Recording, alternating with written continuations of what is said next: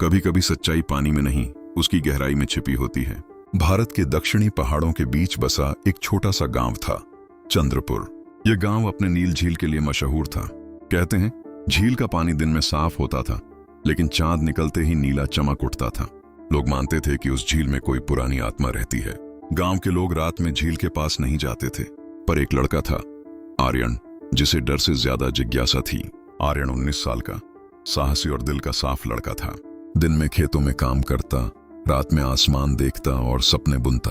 उसे हमेशा लगता कि उसके गांव में कोई अधूरी कहानी है। एक शाम जब सूरज डूबने वाला था, आर्यन झील के किनारे बैठा पत्थर फेंक रहा था।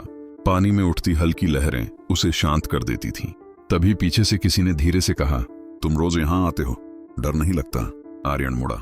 सामने एक लड़की खड़ी थी, सफेद दुपट्टा, बाल हवा में उड़ते हुए और आंखों में जैसे खुद झील उतर आई हो। मैं मीरा हूं, उसने मुस्कुराकर कहा। मीरा कुछ हफ्ते पहले ही चंद्रपुर आई थी। लोग कहते थे वो शहर से आई है और अपनी मां की तलाश में है। वो हर दिन झील के पास बैठती थी, कुछ लिखती, फिर चली जाती। आर्यन ने कहा, तुम्हें भी ये झील पसंद है? मीरा बोली, पसंद नहीं, जरूरी है। आर्यन चौंक गया। जरूरी? मीरा मुस्कुराई। कभी बताऊंगी। धीरे धीरे दोनों की मुलाकातें बढ़ने लगीं। कभी झील किनारे बैठकर बातें करते, कभी गांव की गलियों में घूमते। मीरा की डायरी में हमेशा कुछ लिखा होता था, नील झील, चांद और एक नाम, अलायरा। आर्यन ने पूछा, ये अलायरा कौन है? मीरा ने बस इतना कहा, झील का दिल। एक रात आर्यन की सरला दादी ने उसे बुलाया। वो जानती थी कि आर्यन झील के पास जाता है। बेटा, दादी ने धीमे स्वर में कहा, झील खेल नहीं है, वहां 100 साल पुराना श्राप है। उन्होंने बताया कि 100 साल पहले झील के नीचे एक नगर था, नीलवन। वहां की रानी अलायरा ने अपने राज्य को बचाने के लिए अपनी आत्मा झील में समर्पित कर दी थी। तब से झील हर 100 साल में नीली होती है और कोई एक इंसान उसमें खिंच जाता है। आर्यन ने हल्के से मुस्कुराकर कहा, दादी, कहानियां डराने के लिए होती हैं, रोकने के लिए नहीं। पूर्णिमा की रात थी। आर्यन और उसका दोस्त कबीर झील के किनारे पहुंचे। कबीर बोला, भाई, अगर कुछ हुआ तो दादी मुझे माफ नहीं करेंगी। आर्यन हंस पड़ा। डर मत, बस एक रात देखेंगे और लौट आएंगे। जैसे ही चांद पानी पर पड़ा, झील नीली चमकने लगी, पानी में जैसे कोई रोशनी घूम रही हो। आर्यन आगे बढ़ा, तभी उसके पैरों के पास कुछ चमका। वो एक नीली चाबी थी, छोटी, लेकिन उस पर कुछ लिखा था, 7 द्वार खोलो, सत्य पाओ। तभी झील में से एक धीमी आवाज आई। आर्यन का दिल जोर से धड़क उठा। वो आवाज मीरा की थी। सुबह जब आर्यन उठा, वो किसी और जगह था। आसपास सब नीला था, पेड़, आसमान, जमीन, यहाँ तक कि हवा भी हल्की नीली। कहाँ हूं मैं? उसने बुदबुदाया।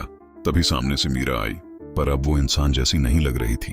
उसके बाल पानी की तरह लहरा रहे थे, आंखों में नीली चमक थी। स्वागत है आर्यन, वो बोली। ये नीलवन है, झील के नीचे की दुनिया। आर्यन ने कहा, तुम यहाँ की हो? मीरा ने आंखें झुका ली। हाँ, मैं अलायरा रानी की आत्मा हूँ और तुम्हें यहाँ बुलाने की वजह है। मीरा ने बताया कि झील का श्राप तभी टूटेगा जब कोई सच्चा इंसान 7 द्वार पार करेगा। पहला डर का द्वार।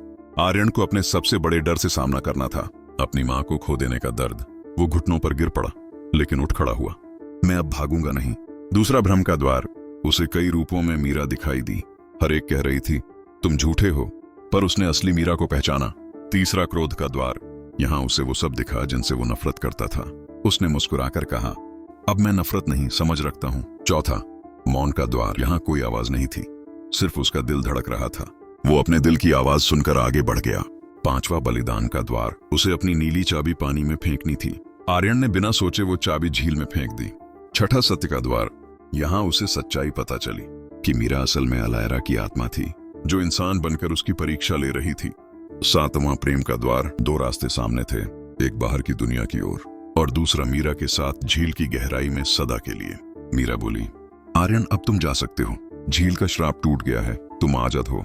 आर्यन ने धीरे से कहा, अगर आजादी का मतलब तुझसे दूर जाना है तो मैं ये आजादी नहीं चाहता। मीरा की आंखें नम हो गईं। मैं इंसान नहीं हूं, आर्यन ने मुस्कुराते हुए कहा। प्यार को इंसान होने की जरूरत नहीं। वो आगे बढ़ा, मीरा का हाथ थामा और दोनों झील की गहराई में डूब गए। झील नीली चमक उठी, जैसे किसी ने सदियों पुरानी कहानी पूरी कर दी हो। अगली सुबह चंद्रपुर के लोग झील के पास पहुंचे। झील अब हमेशा के लिए नीली थी। कभी डराने वाली झील अब शांत थी। देवनंद पुजारी ने कहा, अब ये श्राप नहीं, आशीर्वाद है। गांव वालों ने झील का नाम रखा, आर्यन मीरा झील। लोग कहते हैं पूर्णिमा की रात जब झील चमकती है तो 2 परछाइयां हाथों में हाथ डाले नजर आती हैं। अगर तुम्हें भी लगा कि सच्चा प्यार किसी झील की गहराई में भी सांस ले सकता है, तो इस कहानी को दिल से महसूस करो। और जब अगली बार कोई झील देखो, उसमें अपना चेहरा नहीं, अपनी कहानी देखना। और हाँ, अगर तुम भी अगली कहानी में उतरना चाहते हो तो स्क्रीन पर हल्के से छू देना जहां लिखा है सब्सक्राइब।